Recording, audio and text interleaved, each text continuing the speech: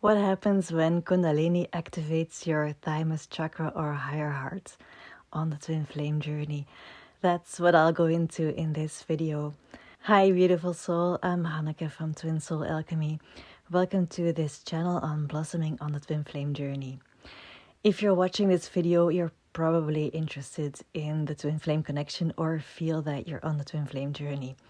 Especially in the last situation, you're probably well aware that the twin flame connection triggers profound spiritual and emotional growth. You might have also experienced a Kundalini awakening triggered by meeting your twin flame. I've talked about Kundalini before, and you might already know what it is, but just a quick recap. Kundalini is a dormant, coiled energy located at the base of your spine. And when it gets activated, this energy ascends, moving through the chakras. And as it rises, it can catalyze profound spiritual awakenings, opening you up to higher states of consciousness and a deeper understanding of yourself and of the universe. So the thymus chakra, which is also known as the higher heart or the sacred heart, is an energy center that is located between the heart and the throat chakra. It is not traditionally recognized in the 7 chakra system, but many spiritual practitioners acknowledge its importance. It's associated with higher forms of love, of compassion, and spiritual communication. These 3 concepts, twin flames, Kundalini, and the sacred heart, aren't often linked with each other. But it's my opinion and my personal experience that this sacred heart or higher heart is very important in a twin flame connection and in a Kundalini awakening. I'll go into that later in this video, but first I'll go a little bit deeper into the awakening of Kundalini energy. As Kundalini is awakened by your divine counterpart or by something else, it ascends and clears blockages and activates your chakras and amplifies spiritual awareness. I've talked about what it feels like when it rises, so I'll put the link to that video up if you're interested. But this video is specifically about the higher heart. And the higher heart is positioned between the heart and the throat. It's situated in the upper chest region. Its placement serves as a bridge connecting the emotions of the heart with the expression of the throat. And it's associated with higher unconditional forms of love and advanced spiritual communication. And while the heart chakra, which is very close to the thymus chakra, is more about personal love and interpersonal connections, the thymus chakra is about a broader universal love and communication with the higher spiritual realms. It's the place where you create a connection between your personal and your divine aspects. It can be seen as a doorway to accessing the wisdom of the soul and to stepping into a state of co-creation with the universe. I'll go into this co-creation with the universe a little bit later in this video when I will link the purpose of opening the higher heart with the twin flame journey. But first, let's discuss what you can experience when this chakra is blocked or imbalanced. You can experience physical, emotional, and spiritual symptoms, and of course, it can vary among each one of you. But here are some common indications of a blocked higher heart. The physical symptoms can be issues with breathing, as it's located in the upper chest. So tightness in the chest and a weakened immune system are symptoms because the thymus gland plays a role in the immune system, and when it's blocked, it can correlate with frequent illness or even autoimmune diseases. Tension in the neck and shoulders is also linked to a blocked thymus chakra. Personally, I experienced a lot of throat aches and tension between my shoulder blades and my neck. I even thought I was having a throat infection, but the combination of the front and the back was quite peculiar. So I knew it was that there was something else going on. Emotional symptoms can be difficulty expressing emotions. You can find it challenging to express or even feel deep emotions, especially those related to love, compassion, and empathy. Emotional themes that can come up are feelings of isolation or feeling disconnected from the universe, from higher powers or your higher self. So, actually, it can trigger separation pain. It might also be difficult to trust other people, especially related to spiritual matters or deep emotional connections, like your twin flame connection. You might suddenly become suspicious. You might wonder, what are they doing? Who are they with? And you mistrust them. There might also be a fear of rejection, a rejection of your twin flame, but also divine rejection, because you feel unworthy of love, unworthy of spiritual love, and you can feel that you've been abandoned or rejected by the divine. It can be triggered by your divine counterpart, of course, or you can project it onto them, but actually, it's the fear of being rejected by life itself, by the universe, by the divine itself. You might struggle with forgiveness, forgiving others or yourself. And if old wounds come up, things that you thought you had forgotten and forgotten, maybe not forgotten, but forgiven, if they come up and you wonder, why is this coming up again? It's probably because this chakra is being activated and there's still some remains that need to be addressed.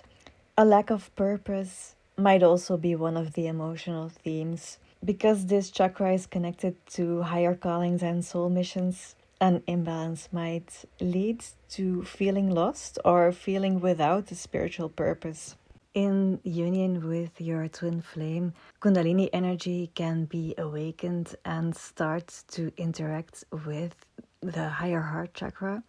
And when it's blocked, it can feel very intense. What you can experience is a pressure or a tightness in the upper chest area. You can feel heat or cold and sudden changes in your body temperature. You can have days when you feel extremely hot or extremely cold. And when the Kundalini pushes up against the energy blocks, the emotional responses can overwhelm you completely.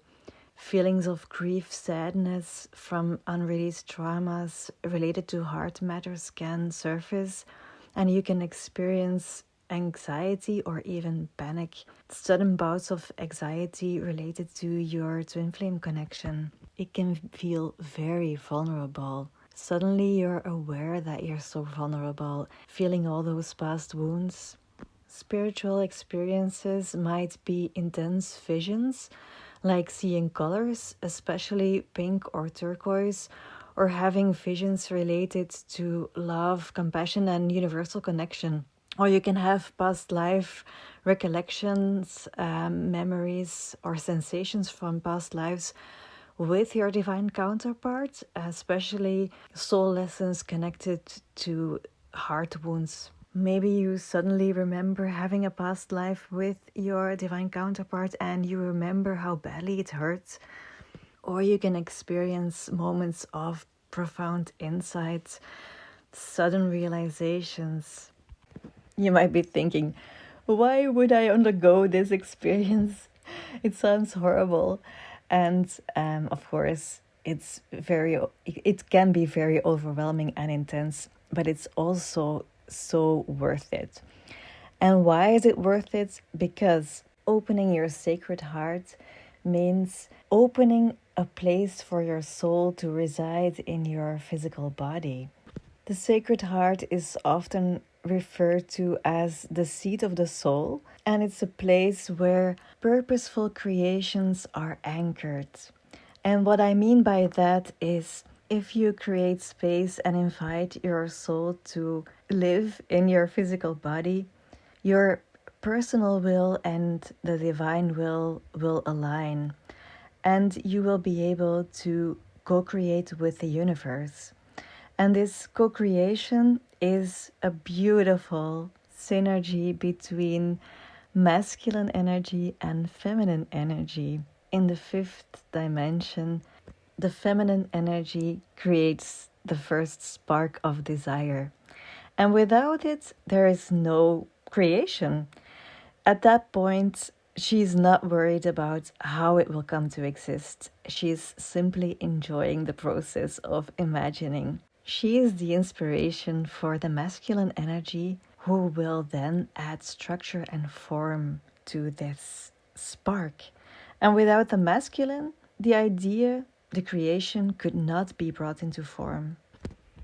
So that's why if we let the Kundalini activate our higher heart, if we let it open, then we can find union, inner union, outer union, and then we can co-create with the universe. So this sacred heart is very important in starting to carry out your soul's mission. It's an important step in bringing it into this reality. And even though this process happens automatically, we can give it a little nudge and we can create the right circumstances to make it less intense or even a little bit more comfortable. And how do we do that? It's usually the same things that I recommend, but it's important for me to repeat them. And the one that stands out in this case is sound healing. Certain sound frequencies can resonate with the thymus chakra, and the use of tuning forks, singing bowls, and even chanting specific mantras can help in aligning and activating this chakra. There are also a lot of good frequency videos on YouTube. I think it's 741. That is the frequency that resonates with the thymus chakra. But you can just search for higher heart meditation music or thymus chakra music, and you will find the right frequency. Crystal therapy is also very useful, and for this specific chakra, I personally use rose quartz and put it on the region during meditation or healing practices, but any crystal that is pink or aquamarine can be beneficial. Spending time in nature and grounding can also be very helpful, and thinking about your diet, maybe changing some things when you're in a very intense period, can also help. Root vegetables and grounding foods can help stabilize the energy. What also helps, maybe this is the most important tip I can give you, is physical union. But it's the most helpful thing that you can do is to, if it's possible, to have a physical union with your divine counterpart, because it will stimulate the Kundalini and it will help speed up the process. And of course, it's very important that this is in sacred union, by which I mean connect on all levels. And lastly, I'd like to add that whatever you're experiencing, it is normal. What you're feeling is normal. You don't have to feel ashamed. It can be very intense. My own experience was very emotional. I felt my own love traumas rising for maybe at least a couple of days or weeks, wondering what was happening. And I found it hard thinking about past experiences between me and my divine counterpart. I found it hard to forgive what happened. I felt so much fear and anxiety, even thinking about the connection, even tuning in.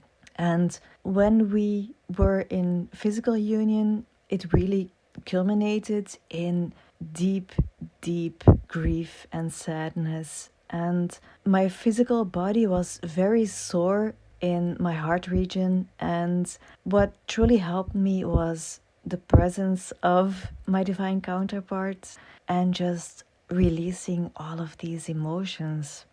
It was very necessary to just let it be, just let it go. It actually feels pretty vulnerable sharing this with you, but I'm doing it because I really want to emphasize that in this twin flame journey, in this Kundalini awakening, we can get so overwhelmed and we can feel all of these intense feelings. And I just want to let you know that you're not alone in this. Other people are experiencing this as well. And it's the topic that most people are searching answers on, are responding to when I post things about that. But whatever you're experiencing, you will receive the gifts of spiritual wisdom, because when this chakra opens, you will feel a surge of love and empathy, and you feel this strong connection with the universe. You feel that you're here to co-create, to create the life that you desire, that your soul desires. And if you'd like to go deeper in the Sacred Heart, if you'd like to learn how to connect deeper with your Sacred Heart, I would recommend Jim Self's book. He's the creator of A Course in Mastering Alchemy, and he has written this book, which is also called A Course in Mastering Alchemy, The Tools to Shift, Transform, and Ascend. I took his course, did a couple of levels over a couple of years, of course, because it's a really intense course. It was transformative. It was an important aspect of my spiritual journey. And although that I strongly believe that spiritual and Kundalini awakening happen spontaneously, it's also fun to just play around and experiment with some tools, experiment with alchemy, and learn how to master all of this. And that's where I will leave you today. If you need more help or support, you're always welcome to book a private session with me, or you can join our Twin Soul Alchemy tribe on Facebook. I will put the links in the description, and I hope to see you there. Sending you lots of love and light. Bye.